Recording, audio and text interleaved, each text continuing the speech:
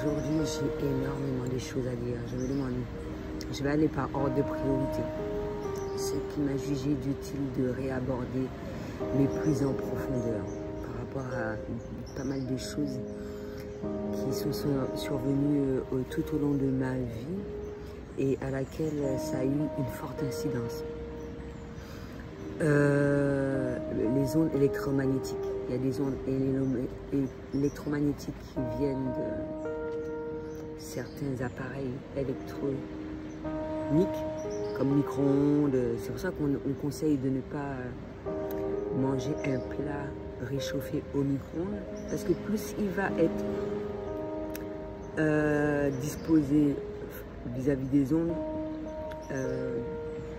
par rapport aux ondes, moins tu seras nourri comme il se doit, quoi. Vaut mieux avoir un aliment qui est cuit sur feu, gaz ou bien feu de bois. Tu as vu comment feu de bois, alors que c'est ce que les gens faisaient, ça me fait penser aussi au Sri-Lanka. Haricots rouges au feu de bois, c'est vachement plus nutritif que faire cuire sur une bonbonne de gaz. Et le pire, c'est que les gens ont laissé tomber des bonnes habitudes pour que les choses soient plus faciles. Après, j'ai été amenée à utiliser le micro-ondes parce que pour certaines choses, c'est assez compliqué de faire réchauffer, etc., etc. Et en termes de rapidité, etc., c'est le must. Après, c'est aux gens de savoir à quel degré les choses doivent être utilisées pour pas que ça ait d'incidence sur son corps. C'est super important. Et quand je parle du corps, c'est par exemple mes règles. Quand j'ai commencé à être végane, j'avais 5 jours de règles. Avant que je commence à être végane, 5 jours, j'ai commencé à être végane, j'ai eu 3 jours de règles et mes règles étaient moins douloureuses. Alors qu'avant, je prenais la pilule qui a été retirée de vente et ça m'évitait d'avoir des douleurs. Mais si c'est pour avoir des répercussions par la suite, malheureusement, on s'aperçoit de ça bien longtemps après. Et bien voilà quoi. C'est pour ça que l'expérience sert. Et moi j'estime, et en plus j'ai publié un article lorsque j'étais à Rabine-Vilaine, en ville, que les hôpitaux et les écoles n'étaient pas construits dans un endroit où il y avait des ondes électromagnétiques. Donc il y a une machine qui permet de calculer comment est le niveau à ne pas dépasser, afin que ça n'ait pas de répercussions sur le corps humain. C'est-à-dire cancer, perte de mémoire. Et moi, je m'aperçois que je vais dans certains endroits, c'est sans machine, hein, puisque je suis hypersensible. Je m'aperçois que c'est relativement élevé. Que faire? Il y a certains moments, je vais me dire, je ne reste pas longtemps, etc. Mais il y aura quand même ce sentiment d'injustice. Encore plus quand ça aura des répercussions sur le corps humain. Je ne vais pas attendre de crever pour faire le nécessaire. C'est-à-dire où je vais changer de lieu d'habitation. Il y a différentes solutions. Mais quand il y a un irrespect par rapport à ça, une injustice, moi, je vais penser au jeune homme qui est décédé récemment. Après, c'est moi, ma façon de penser qui me fait dire ça. Ce n'est pas un tir qui a permis le décès de ce jeune homme. C'est parce qu'il était face aux ondes électromagnétiques. Et en plus, le fait d'être face à ce genre de situation, ça a amené à un arrêt cardiaque. Combien de personnes qui ont eu des arrêts cardiaques également? Donc il y a d'autres choses qui ont ont été découverts, mine de rien. Combien de personnes qui ont été confrontées à ce genre d'hommes qui sont décédées sans même savoir que, mine de rien, c'est par rapport à leur lieu d'habitation, etc., où ils étaient confrontés à un certain nombre de choses, ou sur leur lieu de travail, etc.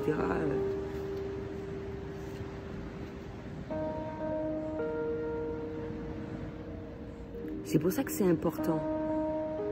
Et là, je ne parle pas d'handicap. Tout le monde est handicapé, si je comprends bien. Non. C'est qu'il y a des normes à respecter pour tout un chacun. Et lorsqu'il y a une injustice, il faut savoir dire les choses. Tout.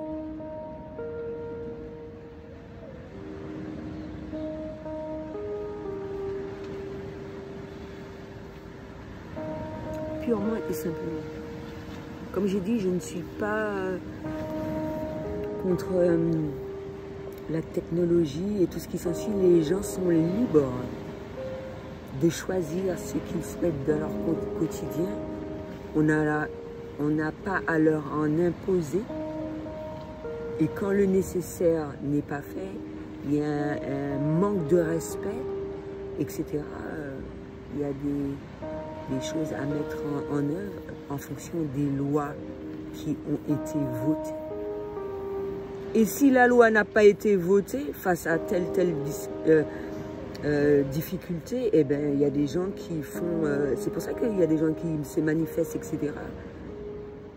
C'est pour se faire entendre et afin de dire un certain nombre de choses en ce sens.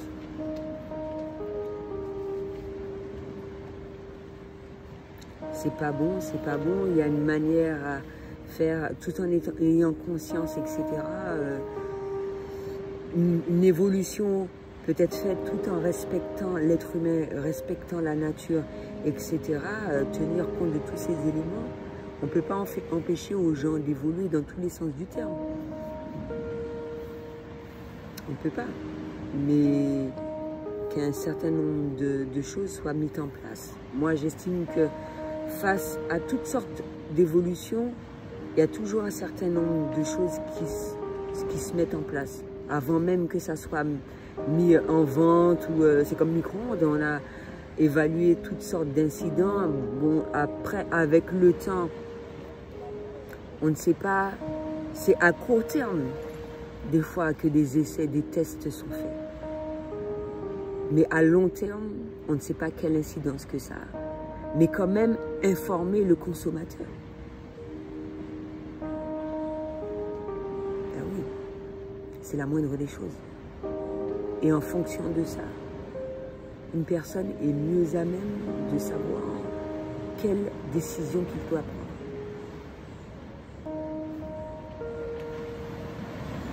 Pour lui, hein, il y a des gens, chacun a sa manière d'être et tout. Hein. Il y en a qui sont dans l'acceptation la plus totale. À partir du moment que moi, ce que je souhaite pour tout un chacun, c'est pour le bien-être de tout le monde. Il ne faut pas que ça ait d'incidence sur les gens. Il ne faut pas qu'il y ait ce sentiment d'injustice. Il ne faut pas qu'il y ait cette peur également face à tout ce qui se passe, face à cette technologie, face à l'intelligence artificielle. Tous ces trucs-là. C'est pas en agissant dans la peur et tout ce qui s'ensuit qu'on peut obtenir un certain nombre de choses. Mais moi, j'estime, face à certaines difficultés, si je me retrouve confrontée à un certain nombre de choses et c'est répétitif, c'est la moindre des choses que des décisions, des choses doivent être mises en place, des objectifs doivent être mis en place afin d'améliorer mon quotidien, mais également de faire le nécessaire pour... parce que si je me retrouve face à cette difficulté, d'autres personnes se retrouvent face à cette difficulté également.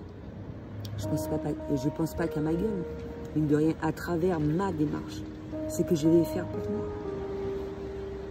Parce que c'est pour mon bien. Donc, mine de rien, ça aura une incidence sur les autres.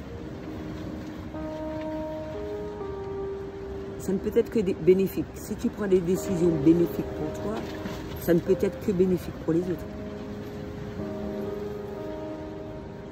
Donc voilà, à partir du moment qu'on s'aime, qu'on fait de soi sa priorité et tout ce qui s'ensuit, et à ce moment-là, on sait à quel moment faire un certain nombre de choses, et ben voilà, moi je trouve ça absolument génial.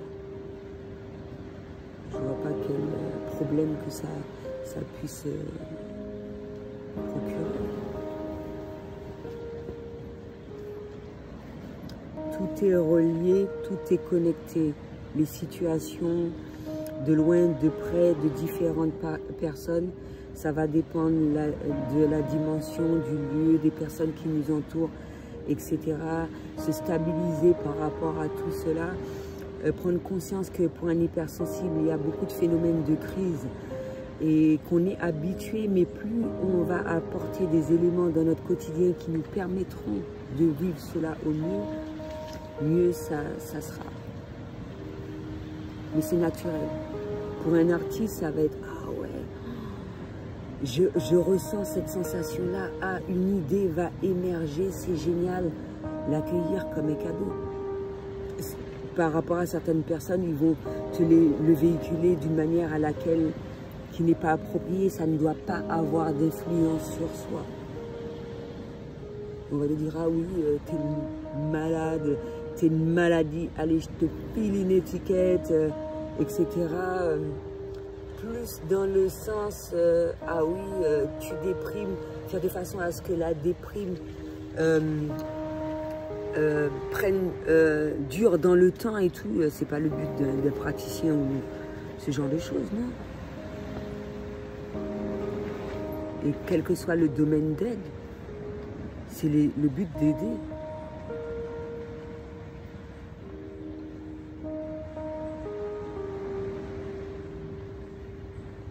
Et selon l'individu, c'est à lui de savoir, à travers sa voix intérieure, qu'est-ce qui lui est profitable ou pas. C'est comme un praticien, il n'impose pas. Hein. Il fait ce qu'il y a à faire, selon le moment présent, etc. Et selon l'évolution aussi personnelle. Il saura quel sujet aborder, quelles questions aussi à poser et tout ce qui s'ensuit. C'est pour ça que chacun a son rôle ici-bas. Chacun a son métier. Et c'est ce que je disais récemment, si je m'aperçois que je suis face à une personne et que malgré tous les éléments que je lui apporte, c'est pas suffisant, je ressens que le fait qu'il voit un psychiatre, ce sera bénéfique pour lui.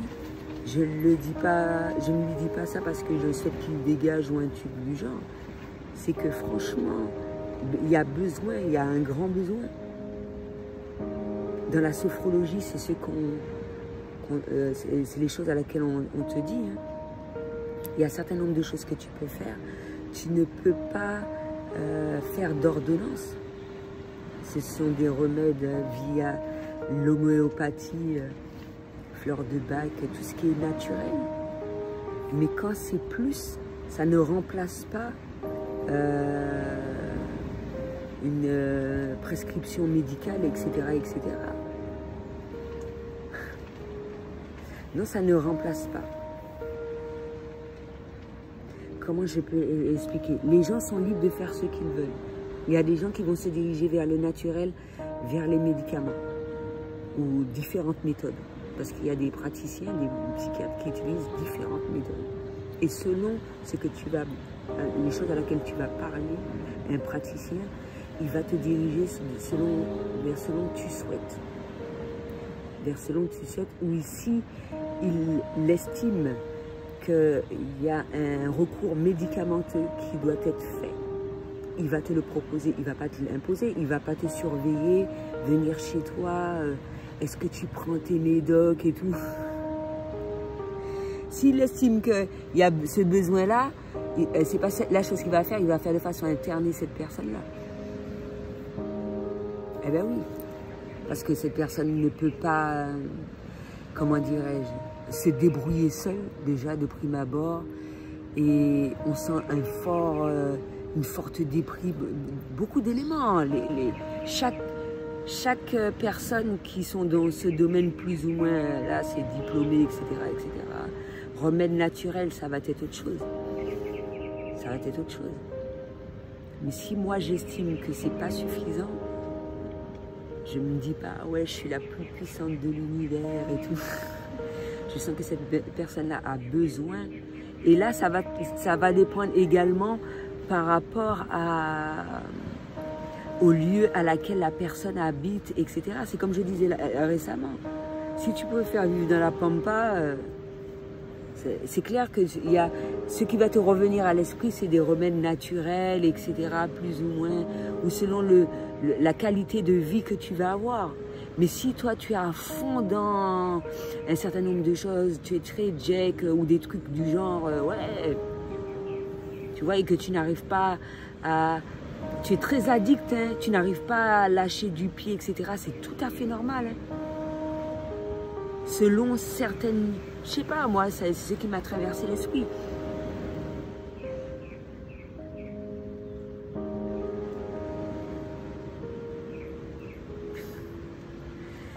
Donc les gens sont libres. Le psychiatre, il ne va pas dire « Oui, viens me voir. Je vais te filer des médocs et tout. » C'est la personne qui a pris la décision pour aller vers cette personne-là. Ce praticien. C'est un choix qui a été effectué.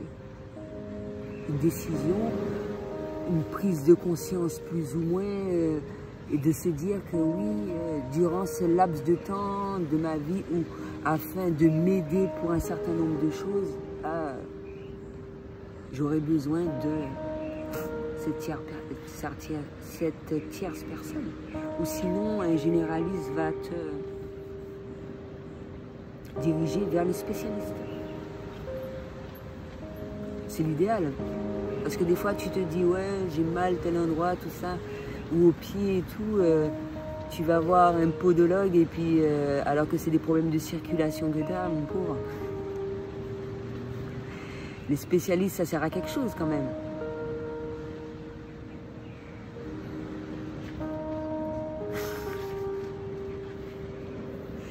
Eh ben ouais.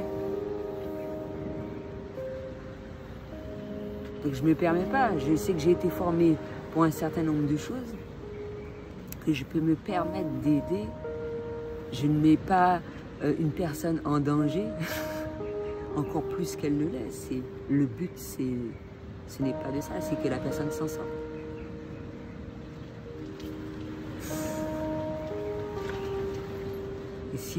Ou sinon, il peut y avoir les deux aussi. Hein. Je peux envoyer une tierce personne vers un psychiatre et il continue de me voir également.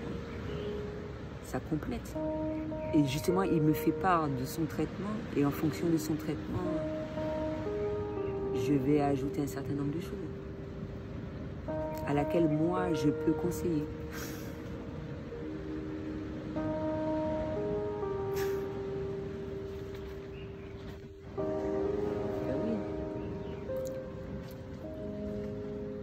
Moi, lorsque je dis un certain nombre de choses, c'est les diplômés, c'est qu'une personne est passée le plus clair de son temps à obtenir des diplômes et il utilise ces diplômes pour faire du tout et du n'importe quoi, c'est fortement dommage, quoi.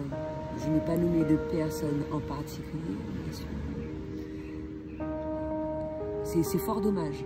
Moi, je trouve que c'est fort dommage d'avoir perdu tout ça de temps, du temps et de l'argent, et tu utilises ta formation, tes diplômes pour pour te gratter le cul avec. Je sais pas moi. Mais ça sert à quoi? C'est juste pour montrer aux autres que tu as un diplôme? Ben ouais, apparemment. Mais ça, moi je lui avais déjà dit. Hein. On n'a rien à prouver à qui que ce soit. Il y a des choses à laquelle on est obligé. Et moi, je l'ai déjà dit à pas mal de personnes. Tu ne peux pas te dire que tu fais de la chirurgie et puis dire que ouais, du jour au lendemain, te créer un diplôme et puis tu vas charcuter quelqu'un n'importe comment. Donc voilà. Il y a des métiers qui nécessitent cela. Et après, par rapport à l'expérience, transmission de savoir, quand il s'agit d'un métier qui est au sein de la famille, hein, c'est comme charpentier, etc. Boulanger. Boulanger, tu t'imagines que toute ta vie, même en étant petit, tu travailles très jeune, et puis tu vas face à un employeur, tu dis oui, j'ai telle année d'expérience, mais je n'ai pas ce diplôme, on va te dire que non, on ne t'accepte pas en tant que salarié. Non, c'est impossible pour moi. J'ai l'expérience. J'ai 10, 20 années, tu t'imagines? 20 années, et puis on te dit, ah, parce que tu n'as pas le diplôme, tu n'es pas accepté. C'est du n'importe quoi, ça. Ben ouais, hein. Dans la cuisine ou un peu tout, même si ça nécessite un certain nombre de choses. Tu vas être excellent en termes de... en tant que cuisinier. Tu vas ouvrir ton entreprise. Il est tout à fait normal qu'il y a des choses qui soient respectées comme règles d'hygiène, etc.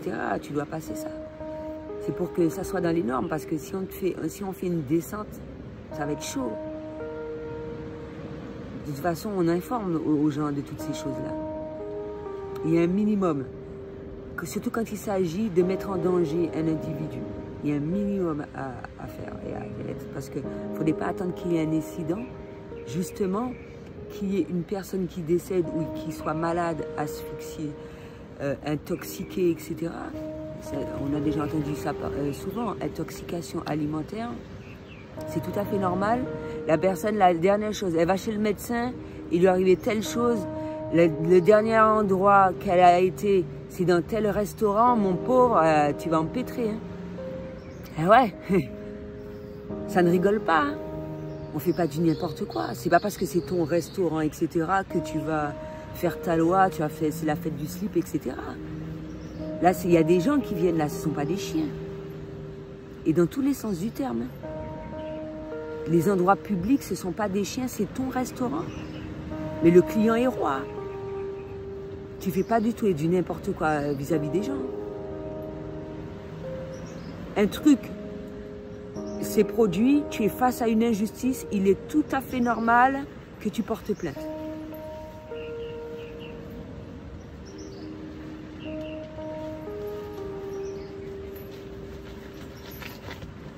Il est tout à fait normal. On ne va pas attendre de crever pour se dire que, ouais, effectivement, il y a un problème réel à un endroit bien précis, etc., qu'il serait peut-être temps de se réveiller et puis de se dire que, ouais, de ne pas considérer les gens comme des chiens, mais je dirais même plus que des chiens, parce que moi, je ne vois pas me faire des méchancetés à mon chien, tu vois. Donc, de traiter les gens comme des êtres humains.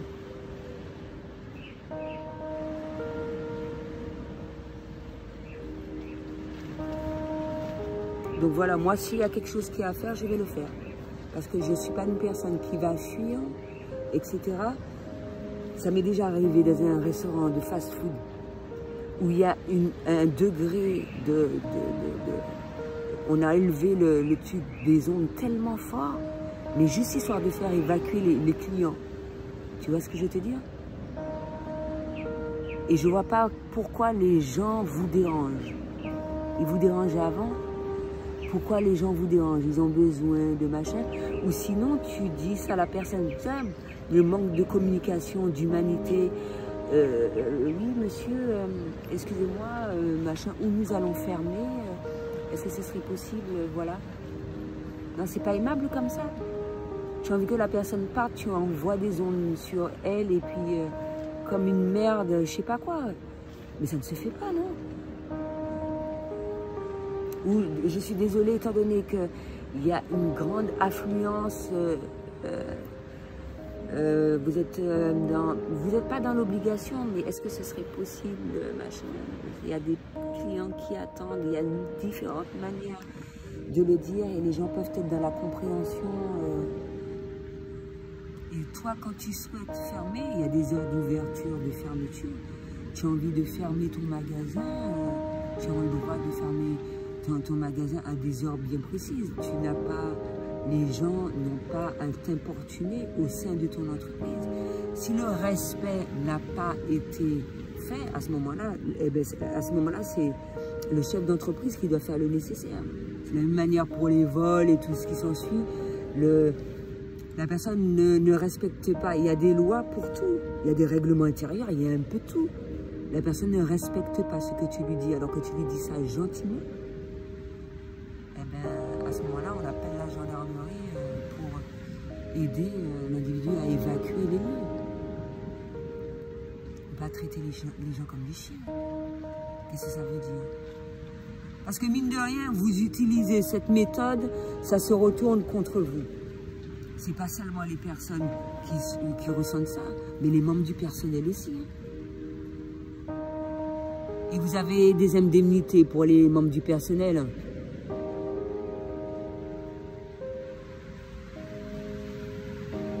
Il y a des indemnités pour les membres du personnel. Eh bien ouais, il fallait y penser. Hein. Après, toi, si le chef d'entreprise lui-même, il a envie de crever, c'est son problème. T'as envie de crever, mon pauvre, tant pis pour ta gueule.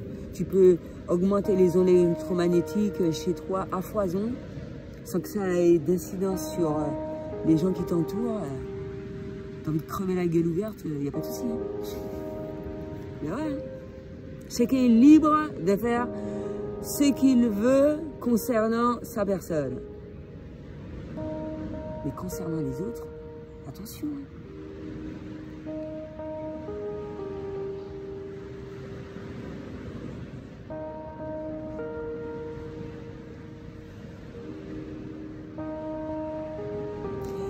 Et puis après, bon, non, je ne vais pas rentrer dans les détails parce que ça va être...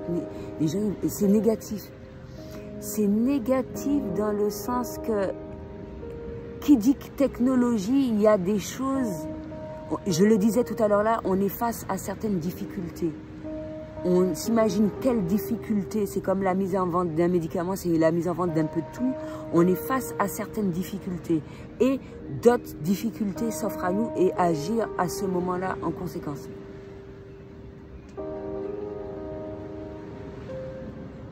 C'est tout à fait normal. C'est pour ça que ça finit pas, les lois qui se votent, etc.